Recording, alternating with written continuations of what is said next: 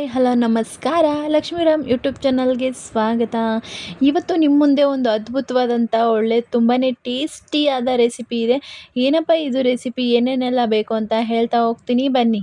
ಈ ರೆಸಿಪಿ ಒಂದು ಸಲ ತಿಂದರೆ ನೀವು ಪದೇ ಪದೇ ತಿನ್ನಬೇಕು ಅನಿಸುತ್ತೆ, ಅಷ್ಟು ಚೆನ್ನಾಗಿರುತ್ತೆ. ಪೂರಿ ಚಪಾತಿ ಬಿಸಿ ಅನ್ನಕ್ಕಂತೂ ಒನ್ ಮೋರ್ ಅನ್ನುತ್ತೀರ, ಅಷ್ಟು ರುಚಿಯಾಗಿರುತ್ತೆ ಈ ರೆಸಿಪಿ. ಇದಕ್ಕೆ ಏನೇನೆಲ್ಲ ಬೇಕು ಹೇಳ್ತೀನಿ. ಇದಕ್ಕೆ ನಾನು 1 ಗೆಡ್ಡೆ ಬೆಳ್ಳುಳ್ಳಿನ ತೊಗೊಂಡಿದ್ದೀನಿ, 3 ಮೊಟ್ಟೆನ ತೊಗೊಂಡಿದ್ದೀನಿ, 1 ಸ್ಪೂನ್ ಸಾಸಿವೆನ ತೊಗೊಂಡಿದ್ದೀನಿ.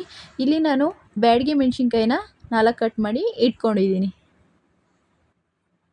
ಇಲ್ಲಿ ನಾನು ಕಡಲೆ ಪೌಡ್ರನ್ನ 1 ಸ್ಪೂನ್ ಆಗೋಷ್ಟು ತೊಗೊಂಡಿದ್ದೀನಿ, ಚಿಕನ್ ಮಸಾಲಾನ 2 ಸ್ಪೂನ್ ತೊಗೊಂಡಿದ್ದೀನಿ, ಖಾರದ ಪುಡಿನ 2.5 ಸ್ಪೂನ್ ತೊಗೊಂಡು ಇಟ್ಕೊಂಡಿದ್ದೀನಿ. ಇದಕ್ಕೆ ಮುಖ್ಯವಾಗಿ ಬೇಕಾಗಿರೋದು ಅಂದರೆ ಟೊಮೊಟೊ, ಈರುಳ್ಳಿ. ಟೊಮೊಟೊನ ಇಲ್ಲಿ ನಾನು ಮೀಡಿಯಮ್ ಸೈಜು ಒಂದು 3-4 ತೊಗೊಂಡಿದ್ದೀನಿ. ಈರುಳ್ಳಿನ 2 ಮೀಡಿಯಮ್ ಸೈಜ್ ಈರುಳ್ಳಿನ ಸಣ್ಣದಾಗಿ ಕಟ್ ಮಾಡ್ಕೊಂಡಿದ್ದೀನಿ. ಇಲ್ಲಿ ನಾನು 3 ಮೊಟ್ಟೆನ ಚೆನ್ನಾಗಿ ಬೇಯಿಸ್ಕೊತಾ ಇದ್ದೀನಿ. ನೀವು ಮೊಟ್ಟೆನ ಬೇಯಿಸ್ಕೋಬೇಕು. ಇಲ್ಲಿ ನಾನು ಒಂದು ಮಿಕ್ಸಿ ಜಾರ್ನ ತೊಗೊಂಡಿದ್ದೀನಿ. ಮಿಕ್ಸಿ ಜಾರ್ಗೆ ಬಿಡಿಸ್ಕೊಂಡಿದ್ದಂಥ ಬೆಳ್ಳುಳ್ಳಿಗಳನ್ನ ಹಾಕೋತಾ ಇದ್ದೀನಿ.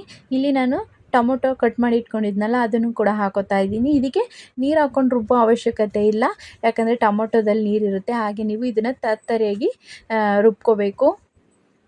ನಾನಿಲ್ಲಿ ರುಬ್ಕೊಂಡಿದ್ದೀನಿ, ಈ ಥರ ರುಬ್ಕೋಬೇಕು ನೀವು. ಗ್ಯಾಸ್ನ ಆನ್ ಮಾಡ್ಕೊಂಡಿದ್ದೀನಿ. ಅರ್ಧ ಲೋಟ ಎಣ್ಣೆನ ಹಾಕ್ಕೊಂಡಿದ್ದೀನಿ. ಎಣ್ಣೆ ಬಿಸಿಯಾಗಿದೆ. 1 ಸ್ಪೂನ್ ಸಾಸಿವೆನ ಹಾಕೋತಾ ಇದ್ದೀನಿ. ಒಣಮೆಣ್ಸಿನ್ಕಾಯಿ ಕೂಡ ಹಾಕ್ಕೊಂಡು ಕರಿಬೇವು ಕೂಡ ಹಾಕೋತಾ ಇದ್ದೀನಿ. ಮೆಣಸಿನ್ಕಾಯಿ ಎಲ್ಲ ಕೂಡ ಫ್ರೈ ಆಗಿದೆ. ಇವಾಗ ಇದಕ್ಕೆ ಸಣ್ಣದಾಗಿ ಕಟ್ ಮಾಡಿ ಇಟ್ಕೊಂಡಿರುವಂಥ ಈರುಳ್ಳಿಗಳನ್ನ ಹಾಕೋತಾ ಇದ್ದೀನಿ. ಹಾಕ್ಕೊಂಡು ಇದನ್ನು ನಿಧಾನವಾಗಿ ಫ್ರೈ ಮಾಡ್ತಾ ಬರೋಣ. ನೀವೇ ನೋಡ್ತಾ ಇರ್ಬೋದು, ಈರುಳ್ಳಿ ಎಲ್ಲ ಚೆನ್ನಾಗಿ ಫ್ರೈ ಆಗ್ತಿದೆ. ಈ ಥರ ನೀಟಾಗಿ ನೀವು ಫ್ರೈ ಮಾಡ್ತಾ ಬಂದರೆ ಈರುಳ್ಳಿ ಚೆನ್ನಾಗಿ ಗೋಲ್ಡನ್ ಕಲರ್ ಬರುತ್ತೆ. ಇದಕ್ಕೆ ನಾನಿಲ್ಲಿ 1/4 ಸ್ಪೂನ್ ಆಗೋಷ್ಟು ಅರಿಶಿನದ ಪೌಡ್ರು, 1/4 ಸ್ಪೂನ್ ಆಗೋಷ್ಟು ಉಪ್ಪನ್ನ ಹಾಕೋತಾ ಇದ್ದೀನಿ. ಯಾಕಪ್ಪ ಹಾಕೋತಾ ಇದ್ದೀನಿ ಅಂದರೆ ಇದು ಕಲರ್ ಹಿಡಿದು ಬೇಗನೆ ಫ್ರೈ ಆಗುತ್ತೆ. ಉಪ್ಪೆಲ್ಲ ಇಡೋದ್ರಿಂದ ಈರುಳ್ಳಿಗೆ ಉಪ್ಪಿಡ್ದು ಟೇಸ್ಟು ಚೆನ್ನಾಗಿರುತ್ತೆ. ಇದನ್ನು ನೀಟಾಗಿ ಮಿಕ್ಸ್ ಮಾಡಿ ಫ್ರೈ ಮಾಡೋಣ. ನೋಡಿ ಕಲರೆಲ್ಲ ಎಷ್ಟು ಚೆನ್ನಾಗಿ ಮಿಕ್ಸ್ ಆಗಿದೆ ಅಂತ ನೀವೇ ನೋಡ್ತಾ ಇರ್ಬೋದು. ಆದಷ್ಟು ಮನೇಲಿ ಒಂದ್ಸಲಿನಾದರೂ ವೆರೈಟಿಯಾಗಿ ಟ್ರೈ ಮಾಡಿ ಅಂತ ಹೇಳೋಕ್ಕೆ ಇಷ್ಟಪಡ್ತೀನಿ. ತುಂಬಾ ಚೆನ್ನಾಗಿ ಫ್ರೈ ಆಗಿದೆ ಈರುಳ್ಳಿ, ಮೆಣಸಿನ್ಕಾಯಿ ಎಲ್ಲ. ಇದಕ್ಕೆ ನಾನಿಲ್ಲಿ ರುಬ್ಕೊಂಡಿಟ್ಟಿರುವಂಥ ಟೊಮೊಟೊ ಪೇಸ್ಟನ್ನು ಹಾಕೋತಾ ಇದ್ದೀನಿ. ಇದಕ್ಕೆ ಬೆಳ್ಳುಳ್ಳಿ ಟೊಮೊಟೊ ಅಷ್ಟೇ ಹಾಕ್ಕೊಂಡಿದ್ದೆ. ಇದನ್ನು ಹಾಕ್ಕೊಂಡು ನೀಟಾಗಿ ಮಿಕ್ಸ್ ಮಾಡಿ ಫ್ರೈ ಮಾಡೋಣ. ಟೊಮೊಟೊದಲ್ಲಿರೋ ಹಸಿ ವಾಸನೆ ಎಲ್ಲ ಹೋಗಿ ಚೆನ್ನಾಗಿ ಮಿಕ್ಸಾಗಿ ಫ್ರೈ ಆಗಬೇಕು. ಆವಾಗಲೇ ನಾವು ಇದಕ್ಕೆ 1/4 ಸ್ಪೂನ್ ಉಪ್ಪನ್ನ ಹಾಕ್ಕೊಂಡಿದ್ವಿ. ಇದಕ್ಕೇನು ಉಪ್ಪು ಹಾಕೋ ಅವಶ್ಯಕತೆ ಇಲ್ಲ. ಎಲ್ಲ ಫ್ರೈ ಆದಮೇಲೆ ಸ್ವಲ್ಪ ಹಾಕ್ಕೊಳ್ಳೋಣ. ನೀಟಾಗಿ ಫ್ರೈ ಮಾಡ್ತಾ ಬನ್ನಿ. ಟೊಮೊಟೊ ಎಲ್ಲ ಇವಾಗ ನೋಡಿ 3/4 ಭಾಗ ಫ್ರೈ ಆಗಿದೆ. ಇದು 3/4 ಭಾಗ ಫ್ರೈ ಆದಮೇಲೆ ನೀವು ಇದಕ್ಕೆ ಮಸಾಲೆ ಪೌಡ್ರನ್ನ ಹಾಕೋಬೇಕು. ನೀವೇ ನೋಡ್ತಾ ಇದ್ದೀರಿ ಎಷ್ಟು ಚೆನ್ನಾಗಿ ಫ್ರೈ ಆಗಿದೆ ಅಂತ.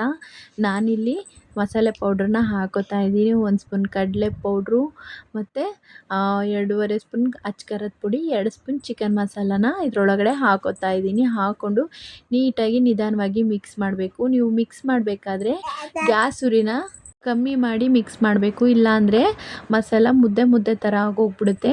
ನಿಧಾನವಾಗಿ ಫ್ರೈ ಮಾಡ್ತಾ ಬನ್ನಿ, ತುಂಬಾ ಚೆನ್ನಾಗಿ ಬರುತ್ತೆ. ನೀವೇ ನೋಡ್ತಾ ಇರ್ಬೋದು, ನಾವು ಮಸಾಲ ಪೌಡ್ರನ್ನ ಹಾಕಿ ಚೆನ್ನಾಗಿ ಮಿಕ್ಸ್ ಮಾಡಿದ್ವಿ. ಇವಾಗ ಇದಕ್ಕೆ ನಾನಿಲ್ಲಿ 1 ಸ್ಪೂನು ಉಪ್ಪನ್ನ ಹಾಕೋತಾ ಇದ್ದೀನಿ.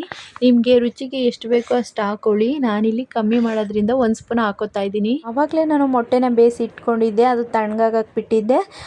ಇವಾಗ ಅದನ್ನು ನಾನು ಬೀಟ್ರೋಟ್ ತುರಿತಾರಲ್ಲ ಅದರಲ್ಲಿ ತುರ್ಕೊಂಡು ಮೊಟ್ಟೆನ ಇಟ್ಕೊಂಡಿದ್ದೀನಿ. ನೀವೇ ನೋಡ್ತಾ ಇರ್ಬೋದು, ಈ ಥರ ತುರ್ಕೋಬೇಕು.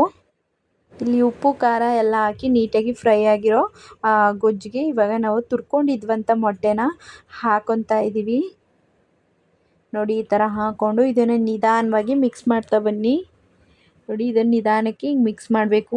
ಇದು ತುಂಬಾ ಟೇಸ್ಟಿ ಇರುತ್ತೆ. ಒಂದ್ಸಲ ತಿಂದರೆ ಪದೇ ಪದೇ ತಿನ್ನಬೇಕು ಅನಿಸುತ್ತೆ, ಅಷ್ಟು ಸಖತ್ತಾಗಿರುತ್ತೆ, ತುಂಬಾ ರುಚಿಯಾಗಿರುತ್ತೆ. ಪೂರಿ ಚಪಾತಿ ಪರೋಟ ಮತ್ತು ಬಿಸಿ ಅನ್ನಕ್ಕಂತೂ ಸಖತ್ತಾಗಿರುತ್ತೆ ಅಂತ ಹೇಳ್ಬೋದು. ಖಾರವಾಗಿ ಇದು ಒಂದ್ಸರಿನಾದರೂ ನೀವು ಈ ಥರ ಒಂದ್ಸಲ ಟ್ರೈ ಮಾಡಿ ಅಂತ ಹೇಳ್ತಾ ಈ ವಿಡಿಯೋನ ಇಲ್ಲಿಗೆ ಮುಗಿಸ್ತಾ ಇದ್ದೀನಿ.